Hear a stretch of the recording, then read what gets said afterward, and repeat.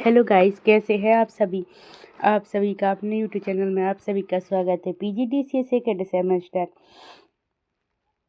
का एक सब्जेक्ट होता है आईटी ट्रेंड एंड टेक्नोलॉजी। इसी से रिलेटेड आज इस वीडियो में अपन डिस्कस करेंगे। आईटी ट्रेंड एंड टेक्नोलॉजी की जो फर्स्ट यूनिट होते हैं उस पर एक क्वेश्चन होता है, ई गवर्नेंस क्या है। ई गवर्नेंस से रिलेटेड इस वीडियो में अपन डिटेल डिस्कस करेंगे कि ई गवर्नेंस क्या है, यह कितने प्रकार का होता है, इसके क्या कार्य होते हैं और इसके क्या लाभ होता है। ई गवर्नेंस के क्या लाभ होते हैं। आईटी ट्रेंड एंड टेक्नोलॉजी पूरा थ्योरिकल सब्जेक्ट होता है जो कि इसमें कोई प्रैक्टिकल नहीं रहता है। कंप्यूटर का पूरा भंडार कह सकते हैं। इसी में आईटी ट्रेंड एंड टेक्नोलॉजी की जो फर्स्ट यूनिट है उसी का एक क्वेश्चन है कि ई कॉमर्स क्या है। क्या है ई कॉमर्स? आज अपन इस वीडियो में इसी पर डिटेल चर्चा करेंगे कि ई कॉमर्स आखिर है क्या। शायद यह क्वेश्चन आपको एग्जाम में भी देखने को मिल सकता है। आई होप कि आपको यह क्वेश्चन मिल सके। ई कॉमर्स क्या है? ई कॉमर्स का मतलब सभी सरकारी कार्यों को ऑनलाइन सर्विस के माध्यम से जनता तक आसानी से पहुंचाना, जिससे सरकारी कार्यालय और जनता दोनों के समय और पैसों और समय की बचत हो सके और बार बार आपको विभिन्न दफ्तरों के चक्कर न लगाने पड़े। सीधे शब्दों में कहें जैसे ई गवर्नेंस के तहत सभी सरकारी कामकाजों को ऑनलाइन कर दिया गया है, जिससे जनता घर बैठे विभिन्न कार्यों के लिए ऑनलाइन ही अप्लाई कर सकती है। सरकार की आम नागरिकों के लिए ऑनलाइन सुविधा को इंटरनेट के माध्यम से उपलब्ध कराना ही ई गवर्नेंस या ई शासन कहलाता है।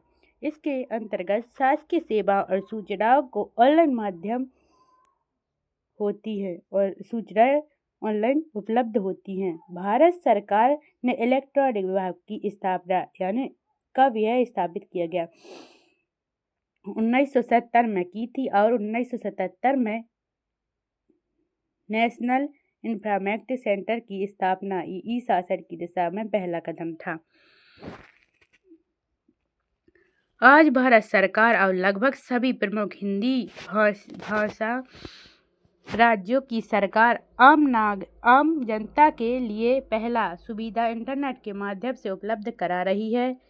विद्यालयों में दाखिला हो, बिजली बिल भरना हो या आय जाति प्रमाण पत्र बनाना हो, सभी मूलभूत सुविधाएं ऑनलाइन में उपलब्ध है, हिंदी में उपलब्ध है। इस दिशा में अभी शुरुआत हुई है तथा यह माना जाता है कि आने वाले समय में सभी मूलभूत सरकारी सुविधाएं कंप्यूटर तथा मोबाइल के माध्यम से मिलने लगेगी, जिससे धैर्य, समय और श्रम की बचत होने लगेगी तथा देश के विकास में योगदान रहेगा।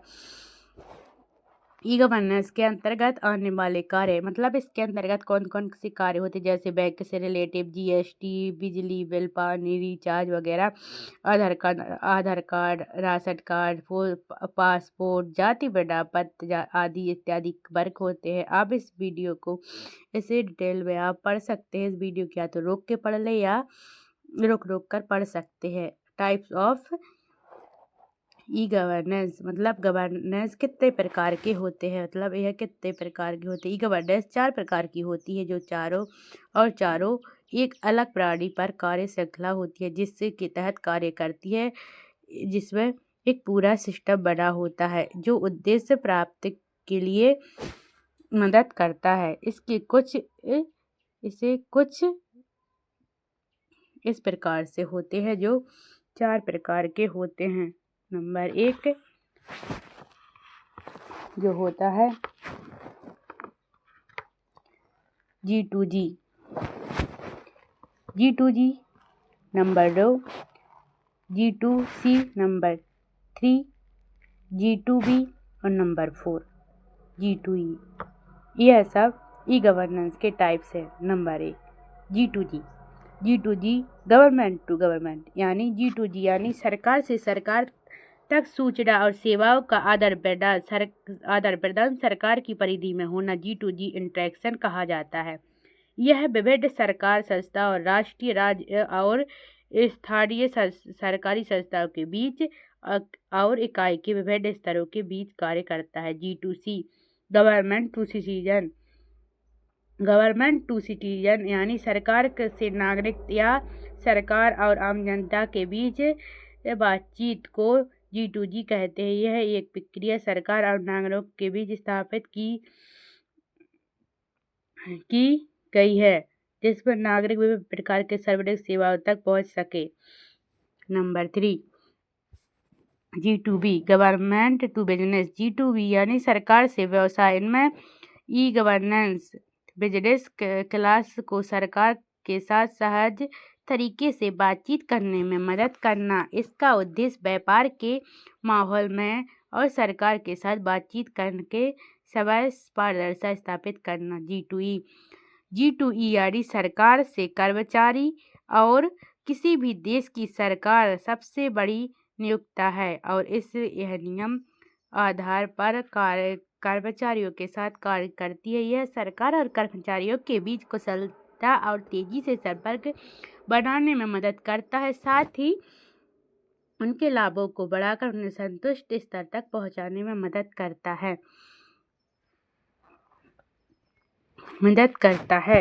ई गवर्नेंस के लाभ मतलब ई गवर्नेंस से कौन कौन से लाभ होते हैं यह भी